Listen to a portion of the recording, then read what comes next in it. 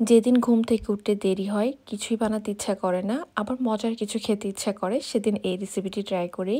আর এটা বানানো একদমই সহজ আর খেতে ভীষণ মজা। ফার্স্টেই হচ্ছে 5টা ডিম আমি সেদ্ধ করে নিয়েছি, আর ডিমটা সেদ্ধ হতে হতে আমি একটি পেস্ট তৈরি করে নিচ্ছি। এখানে হচ্ছে আমি প্রায় 1.5 চামচ সরিষা, সাথে হচ্ছে 1.5 চামচ পোস্ত, 10 থেকে 12টা কাজু বাদাম, 5-6টা কাঁচামরিচ, সাথে আধা কাপ পানি দিয়ে এটাকে একটা মিহি পেস্ট তৈরি করে নিচ্ছি। আপনারা চাইলে কিছুক্ষণ ভিজিয়ে রাখতে পারেন, এটা আপনাদের ইচ্ছা। আমার কাছে সময় ছিল না আর ইচ্ছাও করছিল না। তো এখন পেস্টটা তৈরি করা হয়ে গিয়েছে, আর এর মধ্যে ডিমটাও কিন্তু সেদ্ধ করা হয়ে গিয়েছে। তো এখন ডিমটার খোসাটা ছাড়িয়ে নিয়েছি। ডিমের খোসা ছাড়ানোর সবচেয়ে সহজ উপায় হচ্ছে ডিমটা সেদ্ধ করা হয়ে গেলে আপনার ঠান্ডা পানিতে এটাকে ভিজিয়ে নেবেন, তাহলে কিন্তু কোনো ডিম ভাঙবে না খোসা ছাড়ানোর সময়। তো এখন ডিমটা কাট করে নিচ্ছি। সবকটি ডিম কাট করা হয়ে গেলে আমি এখন প্যানে অল্প করে তেল দিয়ে দিব। তেলটা হালকা গরম হয়ে আসলে ডিমটা দিয়ে দিচ্ছি, সাথে অল্প করে লবণ আর হলুদ গুঁড়া দিয়ে ডিমটাকে হালকা ভেজে নিচ্ছি। বেশি ভাজতে হবে না, বা সুন্দর একটি কালার আসার জন্য হালকা ব্রাউন কালার করে ভেজে নিব। তো এখন ডিমটা ভাজা হয়ে গিয়েছে। এবার হচ্ছে একটি পাতিল বা বক্স, যে কোনো কিছু নিয়ে নেবেন যেটা আপনার কাছে অ্যাভেলেবেল থাকে।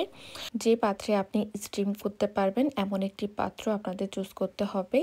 তো ফার্স্টে আমি এখানে পেস্টটা দিয়ে দিলাম যেটা আমরা তৈরি করেছি, সাথে এখানে প্রায় 1 কাপের মতো পানি দিয়েছি, আর ভেজে রাখা ডিমটা দিয়ে দিলাম, আধা চামচ হলুদ গুঁড়া দিয়ে দিয়েছি, আর একটু ভালো করে মিক্স করে নিচ্ছি। সাথে দিয়ে দিচ্ছি পরিমাণ মতো লবণ, 5-6টি কাঁচামরিচটা আপনাদের স্বাদ অনুযায়ী দিয়ে দিবেন, বাড়িয়ে বা কমিয়ে।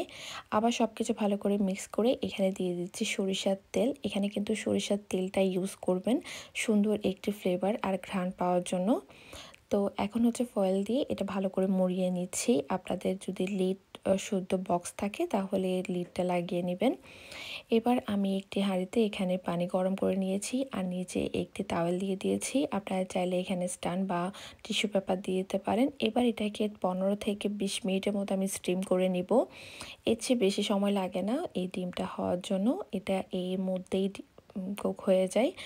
তো এখন প্রায় 20 মিনিট পর আমি এটা নামিয়ে নিচ্ছি। এটা কিন্তু পারফেক্টলি কুক হয়ে গিয়েছে। এবার এটাকে একটু নেড়ে চেড়ে নিচ্ছি, আর ভালো করে নেড়ে চেড়ে এখানে আমি আবার প্রায় 1 টেবিল স্পুনের মতো সরিষার তেল দিয়ে দিব। সরিষার তেলটা লাস্টের দিকে দিলে আরও বেশি ভালো লাগে। এটা কিন্তু 2বার সরিষার তেল আমি ইউজ করেছি এখানে।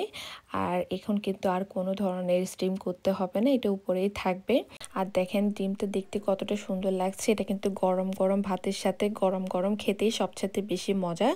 বাসায় একবার ট্রাই করবেন, আর যদি ট্রাই করে থাকেন তাহলে আমাকে কমেন্টে জানাবেন, আর কেমন লেগেছে জানাতে ভুলবেন না। সবাই অনেক বেশি ভালো থাকবেন, সুস্থ থাকবেন, আমাদের জন্য দোয়া করবেন। আল্লাহ হাফিজ।